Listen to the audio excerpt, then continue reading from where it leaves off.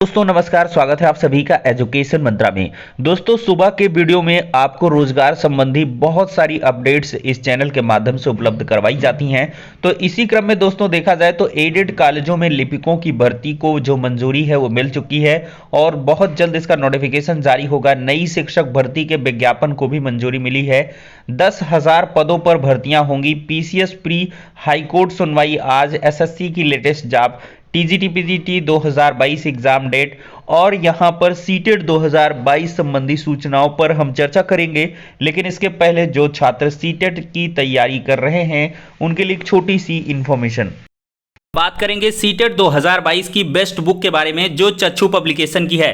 दोस्तों देखा जाए तो ये पुस्तक संस्कृत की है। इसमें पेपर 1 और पेपर 2 के सारे सिलेबस को क्लियर किया गया है। 2800 से अधिक बहुविकल्पीय प्रश्न वो भी व्याख्या सहित इसमें दिए गए हैं। सीटेट 2011 से लेकर 2022 तक के प्रश्नों को अध्यायवार सजाया गया है और साथ ही साथ व्याख्या सहित हल को भी रखा गया है। देखा जाए तो ये पुस्तकें काफ़ी प्रामाणिक हैं और साथ ही साथ देखा जाए तो इतना ही नहीं, सीटेट का प्रैक्टिस सेट और सीटेट की स्टडी गाइड भी चक्षु पब्लिकेशन की तरफ से आती है। सीटेट का ये जो प्रैक्टिस पेपर है इसको आप अगर लगाते हैं तो आपकी प्रिपरेशन और भी बेहतर हो जाती है। तो देर किस बात की, चक्षु पब्लिकेशन की इन पुस्तकों के साथ अपनी प्रिपरेशन को बूस्ट करें। ये पुस्तकें आपको ऑनलाइन और ऑफलाइन दोनों मोड में अवेलेबल हैं। ऑनलाइन के लिए लिंक डिस्क्रिप्शन बॉक्स में उपलब्ध करवाई गई है। ऑफलाइन के लिए किसी भी नज़दीकी बुक स्टॉल पर कॉन्टैक्ट कर सकते हैं। दोस्तों बहुप्रतीक्षित भर्ती है एडेड कॉलेजों में लिपिकों की भर्ती। बहुत सारे छात्र इसका लंबे समय से इंतजार कर रहे थे। अभी कल ही किसी छात्र ने पूछा था कि सर एडेड कॉलेजों में लिपिकों की भर्ती का क्या होगा, इसका नोटिफिकेशन कब जारी होगा। तो दोस्तों आज की डेट में अगर देखा जाए तो समाचार पत्रों के माध्यम से जो इन्फॉर्मेशन निकल के आई है उसके अकॉर्डिंग देखा जाए तो बहुत जल्द ही जो लिपिकों की भर्ती है वो होने वाली है। यहाँ पर दोस्तों आप लोग देख सकते हैं एडेड कॉलेजों में लिपिकों के 1621 पदों पर भर्ती होगी। प्रदेश के 4500 से अधिक सहायता प्राप्त माध्यमिक विद्यालयों में लिपिकों के 1621 रिक्त पदों पर भर्ती होगी। शिक्षा निदेशालय ने सभी 18 मंडलों से रिक्त पदों की सूचना एकत्र करने के बाद शासन को इसकी सूचना भेज दी है। यूपी SSSC प्रारंभिक अर्हता परीक्षा के आधार पर 13 साल बाद इन स्कूलों में बाबुओं की भर्ती करेगा। विशेष सचिव डॉक्टर वेदपति मिश्र ने 4 जुलाई को चयन प्रक्रिया संबंधी शासनादेश जारी किया था। प्रबंध तंत्र को 19 सितंबर तक विज्ञापन जारी कर आवेदन लेना है और आवेदक अभ्यर्थियों की मेरिट सूची पीईटी के आधार पर तैयार करनी है। एक पद के सापेक्ष 10 अभ्यर्थियों को आमंत्रित करते हुए कंप्यूटर टाइपिंग टेस्ट और साक्षात्कार के आधार पर चयनित अभ्यर्थियों की सूची 28 नवंबर तक DIOS को भेजी जाएगी। तो दोस्तों शासन से मंजूरी मिलते ही बहुत जल्द प्रबंध तंत्र के द्वारा आपका जो विज्ञापन है वो 19 सितंबर तक जारी हो जाएगा और इसी के साथ आवेदन भी शुरू हो जाएंगे। तो इस भर्ती के लिए आपको तैयारी कर लेनी है। टाइपिंग वगैरह इसमें दोस्तों होनी है, शॉर्ट लिस्टिंग के आधार पर टाइपिंग होगी, तो उसके लिए आप लोग मेंटली प्रिपेयर हो जाए। अब दोस्तों हम बात करने वाले हैं शिक्षक भर्ती की। दोस्तों देखा जाए तो भरे जाएंगे शिक्षकों के 500 पद। प्रतियोगी परीक्षाओं के लिए हर मंडल में शुरू होगा सेंटर ऑफ एक्सीलेंस। आश्रम पद्धति स्कूलों के प्रधानाचार्यों की जल्द होगी पदोन्नति। देखा जाए तो समाज कल्याण विभाग द्वारा संचालित आश्रम पद्धति विद्यालयों में खाली 500 शिक्षकों के पदों की भर्ती प्रक्रिया से जल्द भरा जाएगा। इसके साथ ही इन विद्यालयों में प्रधानाचार्य के रिक्त पद पदोन्नति से भरे जाएंगे और इन पूर्णकालिक प्रधानाचार्यों को वित्तीय अधिकार भी दिए जाएंगे। यह घोषणा राज्य मंत्री स्वतंत्र प्रभार असीम अरुण ने सोमवार को यहां गोमती नगर स्थित भागीदारी भवन में आयोजित कार्यक्रम में दी है। विभाग की ओर से पहली दफा आश्रम पद्धति विद्यालयों के प्रभारी प्रधानाचार्यों और शिक्षकों को सम्मानित करने के लिए यह कार्यक्रम आयोजित किया गया था।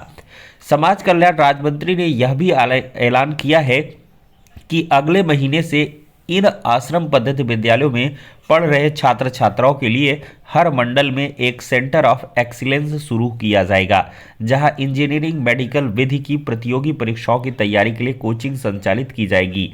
इस कार्यक्रम में देखा जाए तो 10वीं 12वीं कक्षाओं में अच्छे रिजल्ट देने वाले एटीएस के 35 शिक्षकों को पहली बार समाज कल्याण विभाग के मंत्री असीम अरुण द्वारा सम्मानित किया गया। आश्रम पद्धति विद्यालयों के छात्र छात्राओं को तकनीकी व रोजगार परक शिक्षा कैसे प्रदान किए जाए, इसके लिए टीसीएस का समाज कल्याण विभाग के साथ 3 वर्ष का कॉन्ट्रैक्ट यानी कि अनुबंध भी हुआ है।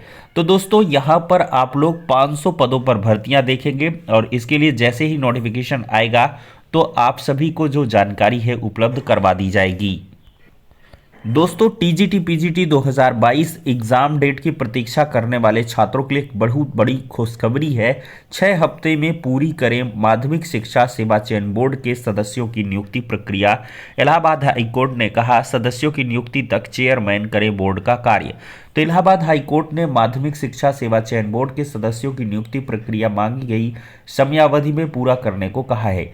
कोर्ट ने कहा है कि जब तक सदस्यों की नियुक्ति नहीं हो जाती अध्यक्ष ही बोर्ड का कार्य करते रहें और 4 हफ्ते में याचिकी प्रधानाचार्य पद से बर्खास्तगी के अनुमोदन प्रस्ताव पर नियमानुसार निर्णय लें। बोर्ड के सदस्यों का पद 1 वर्ष से खाली है। तो दोस्तों जो बोर्ड के सदस्य हैं ये बहुत जल्द ज्वाइन कर लेंगे। इनकी नियुक्ति प्रक्रिया कंप्लीट 6 हफ्ते में हो जाएगी और इसके बाद आपके एग्ज़ाम भी हो जाएंगे। और दोस्तों यहाँ पर देखा जाए तो इसी की वजह से टीजीटी पीजीटी 2022 के एग्ज़ाम डेट पोस्टपोन हो रहे हैं। दोस्तों अब देखा जाए तो नवंबर लास्ट तक या दिसंबर महीने में आपके टीजीटी पीजीटी एग्ज़ाम हो सकते हैं।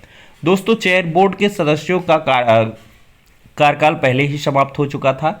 10 सदस्यों की नियुक्ति की कार्रवाई चल रही है। 6 हफ्ते में प्रक्रिया पूरी हो जाएगी और इस पर कोर्ट ने अपर मुख्य सचिव को 6 हफ्ते में नियुक्ति प्रक्रिया पूरी करने का समय दिया है।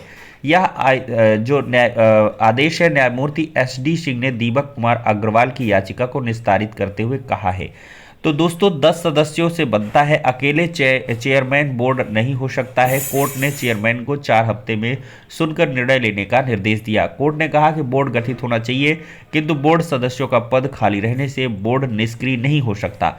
जब तक सदस्यों की नियुक्ति नहीं हो जाती तब तक चेयरमैन बोर्ड का काम करेंगे। दोस्तों सरकारी मेडिकल कॉलेजों में 10,000 डॉक्टर व कर्मियों की अब भर्ती होगी।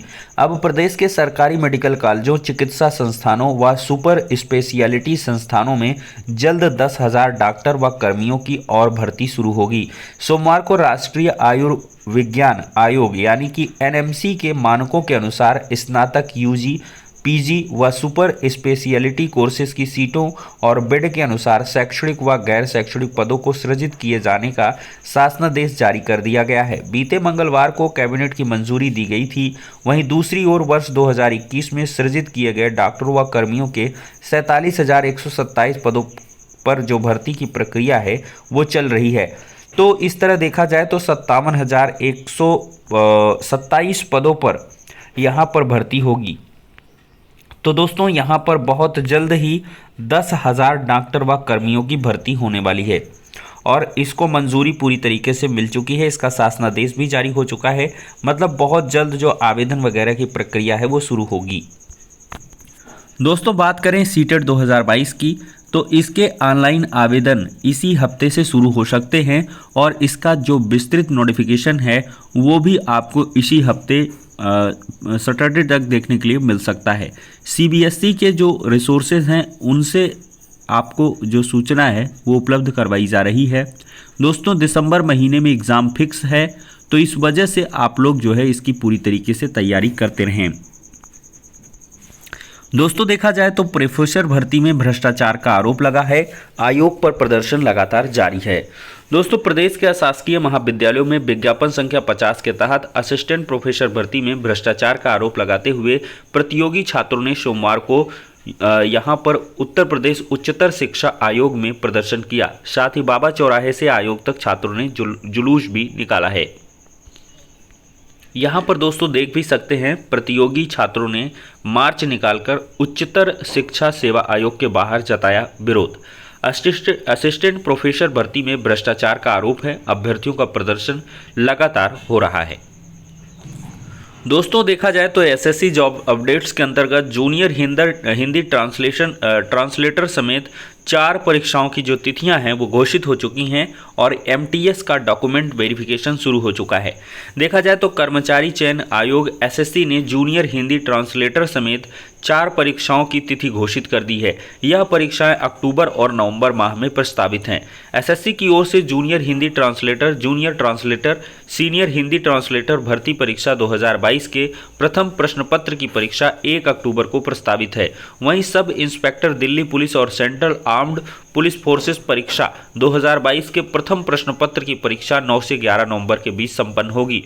Junior engineer civil mechanical, electrical और क्वांटिटी सर्वेइंग और कॉन्ट्रैक्ट्स भर्ती परीक्षा 2022 के प्रथम प्रश्न पत्र की परीक्षा 14 से 16 नवंबर के बीच संपन्न होगी। स्टेनोग्राफर सी और डी परीक्षा 22 की कंप्यूटर बेस्ड परीक्षा 17 और 18 नवंबर के बीच कराई जाएगी। आयोग के मुताबिक देखा जाए तो कोविड गाइडलाइन का पालन करते हुए परीक्षा कराई जाएगी। अभ्यर्थी अन्य अपडेट की जानकारी के लिए नियमित अंतराल पर आयोग की वेबसाइट को चेक करते रहें। वहीं पर दोस्तों देखा जाए तो एमटीएस का डॉक्यूमेंट वेरिफिकेशन शुरू हो चुका है। ये बात हो रही है एसएससी एमटीएस 2020 में टीयर 2 की परीक्षा में सफल अभ्यर्थियों का डॉक्यूमेंट वेरिफिकेशन सोमवार से शुरू हो गया। डीवी की जांच 16 सितंबर तक होगी। दोस्तों देखा जाए तो पीसीएस प्री परीक्षा के लिए मुख्य न्यायाधीश की बेंच आज करेगी सुनवाई। लोक सेवा आयोग की अपील पर सुनवाई से हटे एक जज। पूर्व सैनिकों को आरक्षण न देने पर परीक्षा परिणाम हुआ है निरस्त। देखा जाए तो इलाहाबाद हाईकोर्ट के 2 न्यायाधीशों की खंडपीठ में एक के हटने के कारण पीसीएस प्री 2021 का परीक्षा परिणाम रद्द किए जाने के मामले में मंगलवार को सुनवाई चीफ जस्टिस की अध्यक्षता वाली खंडपीठ के समक्ष होगी। पिछली सुनवाई खंडपीठ के एक न्यायाधीश ने इस मामले के लिए स्वयं को अलग कर लिया था। उससे पहले सुनवाई के दौरान खंडपीठ ने उत्तर प्रदेश लोक सेवा आयोग की ओर से दाखिल विशेष अपील के औचित्य पर सवाल खड़े करते हुए कहा था कि उसे नियमों और कानून का पालन करना चाहिए। याची की ओर से जवाबी हलफनामा दाखिल किया जा चुका है। तो देखते हैं दोस्तों आज की सुनवाई में क्या कुछ होता है।